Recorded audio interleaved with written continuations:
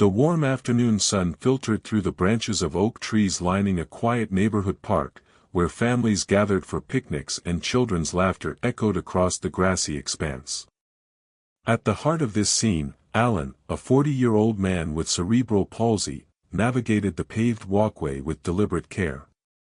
His gait was uneven, his limbs moved with an involuntary twitch, and his words were slow and deliberate, but his spirit was vibrant and full of life. Alan often came to this park to find peace amidst the simple joys of nature and community. Today was no different. His crooked smile radiated warmth as he paused to watch a father teach his son to throw a frisbee, a small moment that reminded him of life's uncomplicated beauty. But not everyone shared Alan's perspective. A woman sitting nearby with her young son noticed him approaching, and her expression shifted to one of concern. Alan, always eager to brighten someone's day, offered a gentle wave and a kind, "Your son has a great throw." His words were halting but clear, his intent purely kind. However, the woman stiffened, instinctively pulling her son closer. "Mom, who is that?" the boy asked innocently, but his mother's reply came in a curt whisper, "Don't worry about it. Let's move over here." Alan stopped in his tracks, his hand falling awkwardly to his side as he watched them retreat to another bench. Disappointed but determined not to let the encounter ruin his day, he shuffled to a nearby bench under a large tree and sat down to rest, his legs trembling from the effort of walking. Despite the rejection, Alan remained focused on the lake, where ducks paddled and children fed them bits of bread. What he didn't know was that the woman, still uneasy, had called the police to report what she described as suspicious behavior. Minutes later, 2 uniformed officers arrived, their confident strides and stern faces projecting authority. The woman flagged them down and pointed at Alan, her voice tinged with alarm as she recounted the encounter. The officers, their expressions growing serious, approached Alan, who remained seated, unaware of the commotion. "Sir," one officer called out, his voice firm. Alan turned his head, his body jerking slightly from the effort, and offered a smile that quickly faded as he registered their serious expressions. "Me?" he asked, his voice slow but clear. "Yes, you," the second officer snapped, crossing his arms. "We got a report that you were bothering a woman and her son. Care to explain?" Alan's brow furrowed in confusion. "I just said hello," he replied, his hands trembling slightly as they rested on his lap. "Told her, her son, good throw. That's all." The officers exchanged a skeptical glance, their body language growing more rigid. "Look," the first officer said, stepping closer, "we need straight answers here. What were you doing near that woman and her kid?" Alan's voice grew softer but resolute as he tried to explain again, each word requiring more effort than the last. "Didn't mean harm, just being friendly."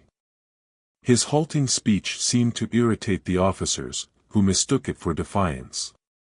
The second officer leaned in, his voice sharp. "Sir, you're making people uncomfortable. We're asking you to leave the park. Now." Alan's heart sank. This park was one of the few places where he felt a sense of freedom and connection.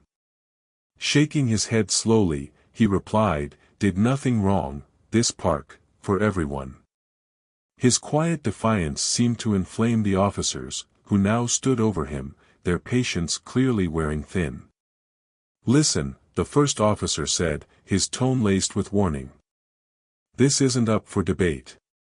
You either leave, or we'll make you." Alan looked up at them, his fear evident but outweighed by his determination. "My brother, police chief," he stammered. "Wouldn't let this happen." The officers exchanged amused glances, one of them letting out a derisive laugh. "Your brother's the police chief," the second officer sneered. "And I'm the mayor. Get up." Alan shook his head again, his voice trembling but firm. "Not lying, have rights." The officer's condescending laughter echoed in the park, drawing the attention of onlookers who began to gather at a distance, their murmurs growing louder. When Alan refused to move, the officers escalated the situation. One grabbed his arm, yanking him to his feet with unnecessary force, while the other twisted his other arm behind his back.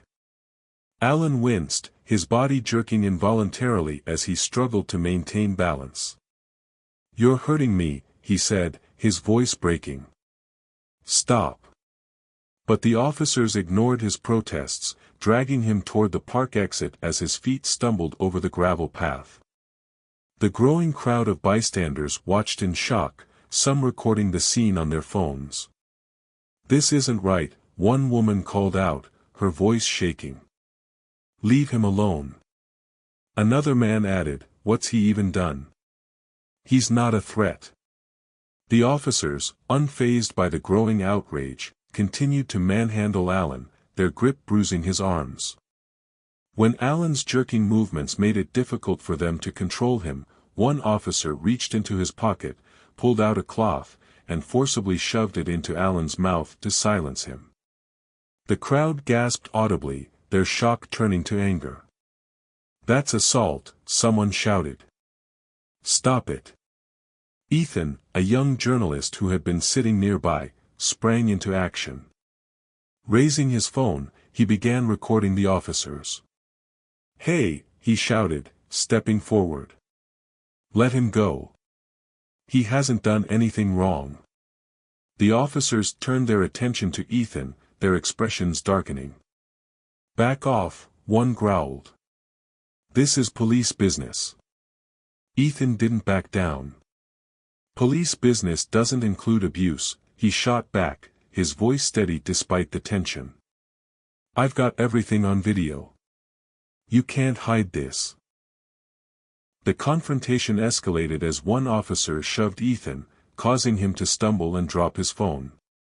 "You'll regret that," the officer threatened, but Ethan remained undeterred. "No," he said, picking up his phone. "You'll regret this."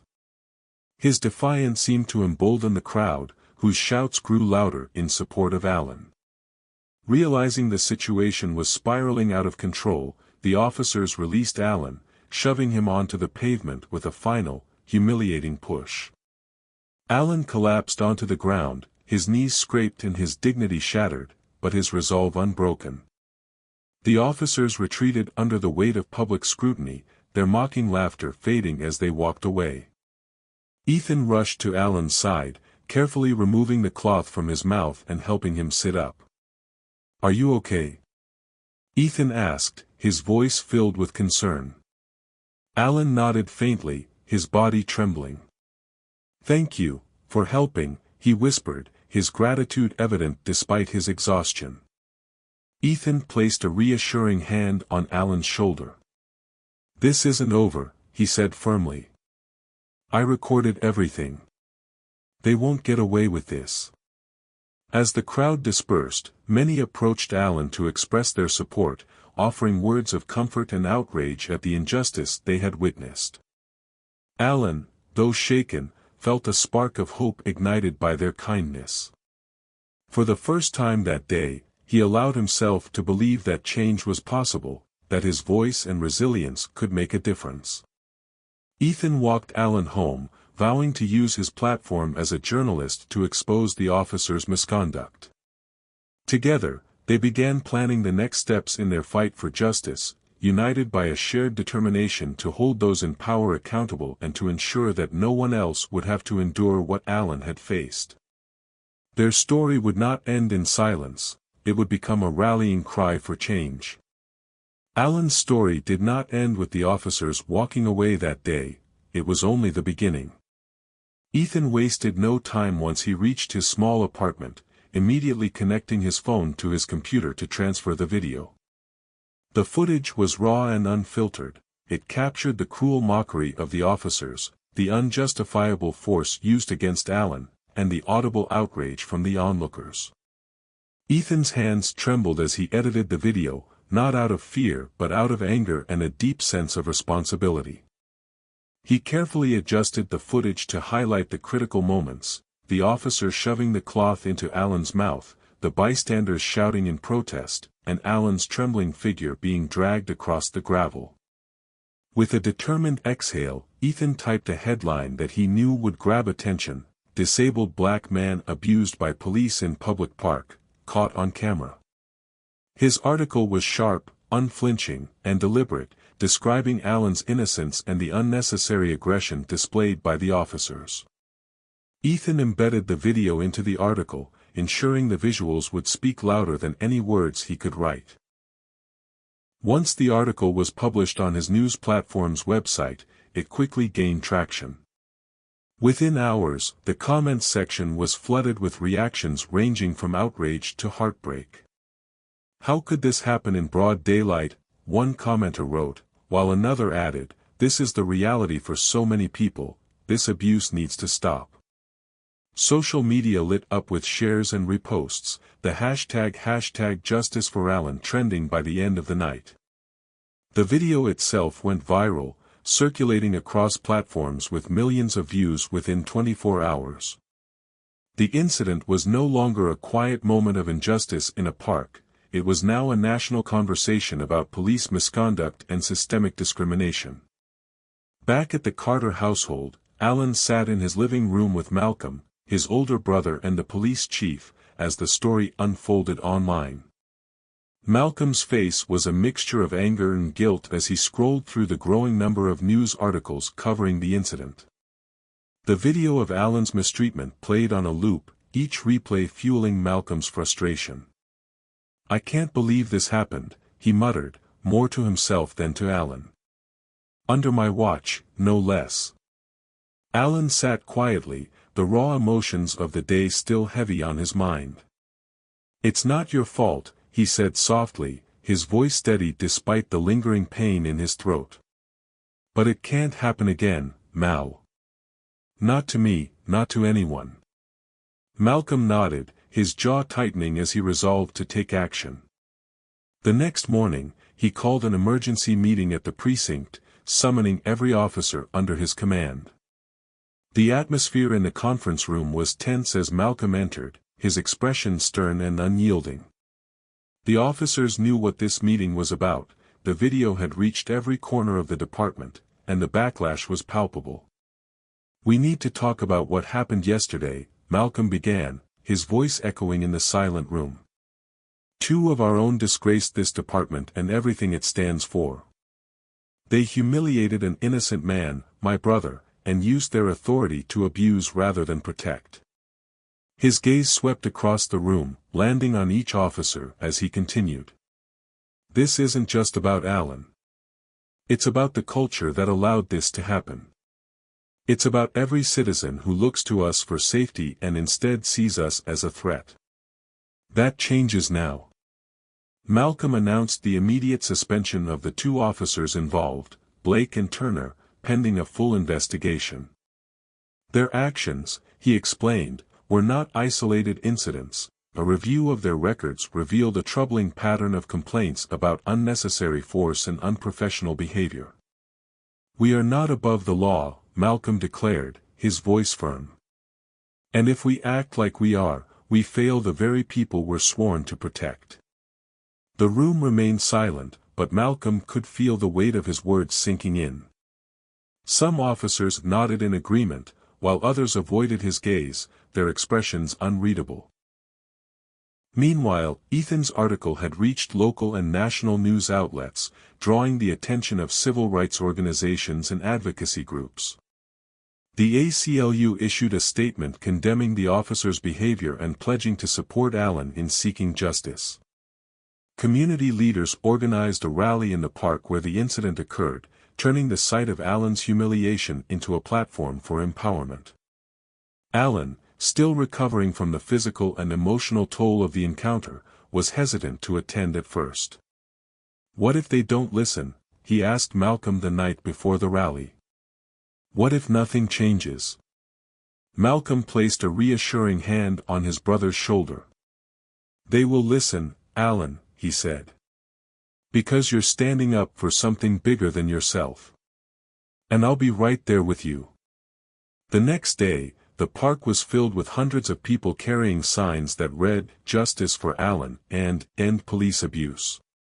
The crowd was diverse, a mix of ages, races, and backgrounds, all united by a shared demand for accountability. Alan stood on the makeshift stage, his hands gripping the edges of the podium as he faced the sea of faces before him. His heart pounded, but he took a deep breath and began to speak. "I came to this park because it's a place I love," he said, his voice steady despite his nerves. "A place where I've always felt free. But that freedom was taken from me, not because I did anything wrong, but because of how I look, how I move, and how I speak. No one should have to feel less than human because of who they are." The crowd erupted into applause, their support giving Alan the strength to continue.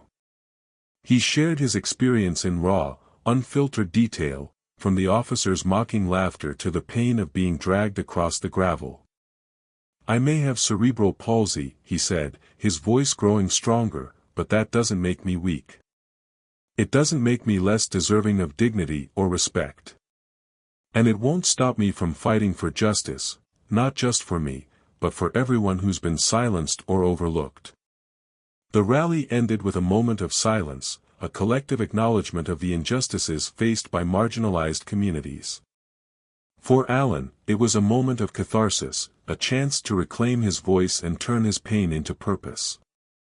In the weeks that followed, Malcolm worked tirelessly to implement reforms within his department. He partnered with community leaders to develop bias training programs and established an independent oversight committee to investigate complaints against officers. "Change doesn't happen overnight," he told his officers during a training session. "But it starts with accountability. And that starts with us." The changes weren't without resistance. Some officers bristled at the new measures, while others embraced them as long overdue. Malcolm knew the road ahead would be difficult, but he remained committed to rebuilding trust and setting a new standard for law enforcement. Ethan continued to document Alan's journey, publishing follow-up articles that highlighted the progress being made and the challenges that remained. His work earned him recognition as a fearless journalist, but for Ethan, the true reward was seeing Alan's story inspire others. Letters poured in from people across the country, many sharing their own experiences of discrimination and abuse. One letter in particular stood out to Alan. A young woman with cerebral palsy wrote, "Your strength has shown me that I'm not alone. Thank you for being a voice for all of us." As Alan read the letter, a sense of peace washed over him. His bruises had healed, but the memory of that day would always linger. Yet, he refused to let it define him. With Malcolm by his side and a community rallying around him, Alan found hope in the knowledge that his story had sparked a movement that demanded justice, dignity, and equality for all. The fight wasn't over, but Alan was ready to face whatever came next, knowing he wasn't alone. Together, they would ensure that no one else would have to endure what he had experienced, and that justice would prevail. Alan's journey didn't stop at the rally or the reforms Malcolm was working to implement. The momentum from the viral video and the public outcry grew into something much larger, rippling out far beyond their city. Media outlets across the country picked up Alan's story, and his face became a symbol of resilience in the face of injustice. Invitations began pouring in for Alan to speak at schools, advocacy organizations, and even national conferences. At first, he was hesitant. Speaking in front of a crowd at the rally had been one thing, but becoming the face of a movement felt overwhelming. "I'm just a guy who likes to feed the ducks at the park," Alan told Malcolm one evening as they sat on the porch. "What if I'm not enough for this?" Malcolm, as always, listened patiently before responding. "Alan, you're not just a guy who feeds ducks," he said with a small smile. "You're a guy who stood his ground when the world tried to tell him he didn't belong. You're a guy who took something horrible and turned it into a chance to make things better, not just for yourself, but for others." That's more than enough. Encouraged by his brother's words and the support of those around him, Alan decided to take the first step. He accepted an invitation to speak at a local high school about his experience and the broader issue of systemic injustice. The high school auditorium was packed that day, filled with students, teachers, and even a few parents who had heard about Alan's story. The lights were bright, the audience buzzing with anticipation, and Alan could feel the familiar flutter of nerves in his chest. But as he wheeled himself to the center of the stage, he took a deep breath and remembered Malcolm's words, "You're enough." Alan began to speak, his voice deliberate and steady. He shared his story, not just of that day in the park but of his life, of growing up with cerebral palsy, of the challenges he faced, and of the moments of kindness and understanding that had kept him going. "I've spent a lot of my life being looked at," Alan said, his gaze sweeping across the audience. "Sometimes it's curiosity, sometimes it's pity, and sometimes, like that day in the park, it's fear or suspicion. But what I've learned is that how people see me doesn't define who I am. What defines me is how I choose to respond." His words struck a chord, and by the time he finished, the audience was on its feet, applauding. Afterward, students approached him with questions, their faces full of admiration and empathy. "You've inspired me to stand up for others," one student said. Another added, "Thank you for helping me understand what it's like to be in someone else's shoes." From that day on, Alan found his voice in ways he hadn't imagined possible. Each speech, each conversation, each article written about his journey became part of a larger tapestry, weaving together the voices of those who had been silenced or overlooked. Ethan, the journalist who had first shared Alan's story, became a close ally in this effort. Together, they began working on a documentary, aiming to shed light on the systemic issues that had led to Alan's mistreatment. The project was ambitious, involving interviews with other victims of police misconduct, experts on disability rights, and even retired officers who spoke candidly about the culture within law enforcement. The documentary, titled Dignity Denied: The Fight for Justice, premiered at a local film festival to a standing ovation. Alan, Ethan, and Malcolm were all in attendance, and the response was overwhelming. Critics praised the film for its raw honesty and emotional depth, while viewers left the theater inspired to take action in their own communities. "This isn't just Alan's story," one attendee said during the post-screening discussion. "It's all of our story. It's about what kind of world we want to live in and what we're willing to do to make it better." Meanwhile, Malcolm's efforts within the police department were beginning to show results. The bias training programs were met with skepticism at first, but as officers went through the sessions, many began to reflect on their own actions and assumptions. Malcolm also worked closely with community leaders to establish a civilian oversight board, ensuring that complaints against officers would be handled transparently and fairly. It wasn't easy. There were pushbacks, disagreements, and moments when Malcolm questioned whether real change was possible. But every time he felt his resolve wavering, he thought of Alan's face that night on the couch, bruised but unbroken, and he knew he couldn't stop. One of the most significant breakthroughs came when Malcolm invited Alan to speak at a department meeting. It was an unprecedented move. Rarely, if ever, had a civilian, let alone a victim of police misconduct, been given such a platform. The room was filled with tension as Alan rolled in, his presence a stark reminder of what had gone wrong. But as he began to speak, the tension melted into something else: understanding. Alan didn't come to berate or accuse, he came to share his truth. "I know that most of you got into this line of work to help people," he said. "But sometimes, good intentions aren't enough. You have to be willing to see people for who they are, not what you assume about them. And you have to hold each other accountable, because if you don't, the badge loses its meaning." By the end of his speech, there wasn't a dry eye in the room. Officers who had initially resisted the new reforms began to see the importance of what Malcolm was trying to achieve. One officer approached Alan afterward, her voice shaky with emotion. "I never thought about it that way," she admitted. "Thank you for helping me see." Alan's courage and vulnerability had done what no policy or training program alone could. It had touched hearts and changed minds. As the months turned into a year, the ripple effects of Alan's story continued to grow. The park where the incident had occurred was renamed in his honor, a testament to his resilience and the change he had inspired. The police department became a model for reform, with other cities reaching out to Malcolm for guidance on implementing similar measures. Alan, meanwhile, continued his advocacy work, finding fulfillment in the connections he made and the lives he touched.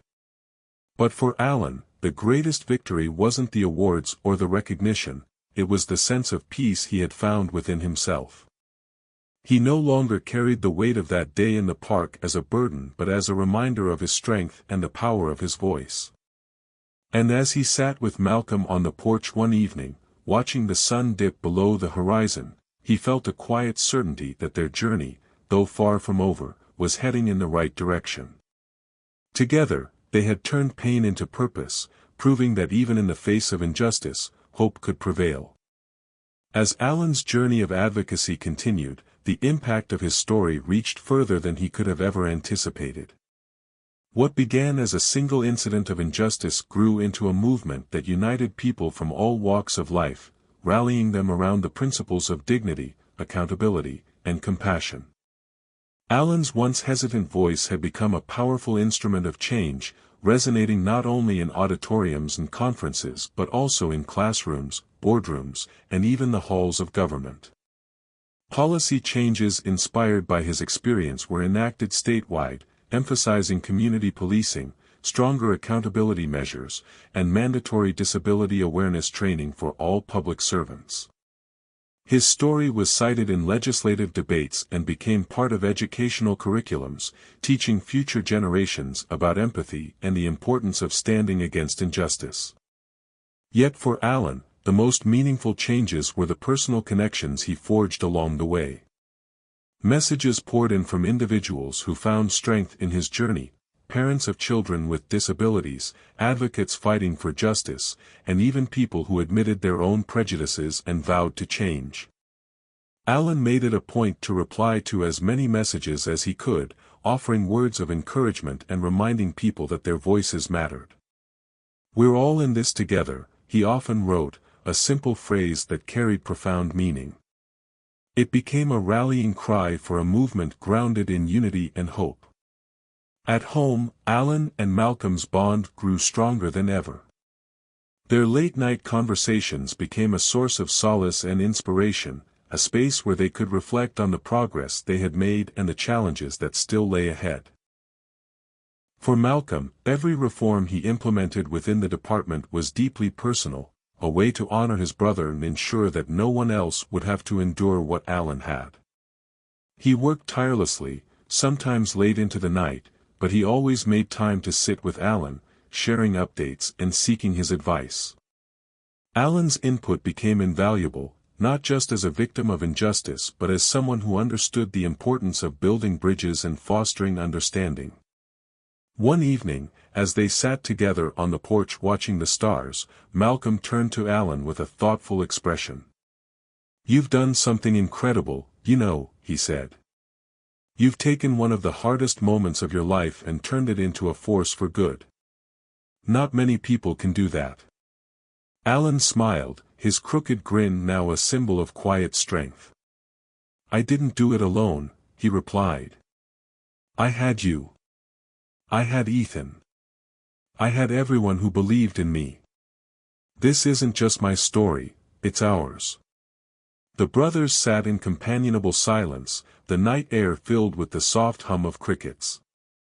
For the first time in a long while, Alan felt a sense of peace, not just for himself but for the world he was helping to shape. He knew the road ahead wouldn't be easy, there was still much work to be done. But he also knew that together, they had proven something powerful, even in the face of injustice, resilience and hope could light the way forward. And as the first hints of dawn began to break on the horizon, Alan and Malcolm felt a renewed determination to keep moving forward, one step at a time. The story of Alan resonates deeply with my own life, as it serves as a powerful reminder of the strength required to face adversity and the importance of advocating for justice and empathy in our daily interactions. Alan's journey of resilience and transformation parallels many challenges we face when confronting biases or injustices in our own communities. Whether it's standing up for someone being unfairly treated, pushing for change in flawed systems, or even acknowledging and addressing our own biases, the story encourages us to take meaningful action and make a difference. I find myself reflecting on how often it's easier to stay silent in the face of wrongs, whether out of fear, convenience, or uncertainty about the impact of speaking up. Yet Alan's courage and determination remind me that silence only perpetuates injustice, and even small actions can create ripples of change. In my own life, I see opportunities to apply the lessons from Alan's story in the way I interact with others and the way I approach challenges. For instance, in my workplace, it's easy to overlook the struggles of colleagues who might feel marginalized or undervalued, whether because of their background, abilities, or circumstances. Alan's journey has taught me the importance of recognizing and amplifying those voices, offering support, and fostering a culture of inclusivity and respect. It's about being the person who steps forward when someone is in need, much like Ethan did in the story. Whether that means calling out a microaggression, offering words of encouragement, or simply listening without judgment, small gestures can have a profound impact.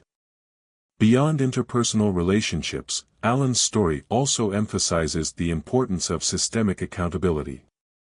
It challenges me to reflect on the systems and structures in my own community, whether it's education, healthcare, or law enforcement, and to ask myself how I can contribute to making them more equitable and fair.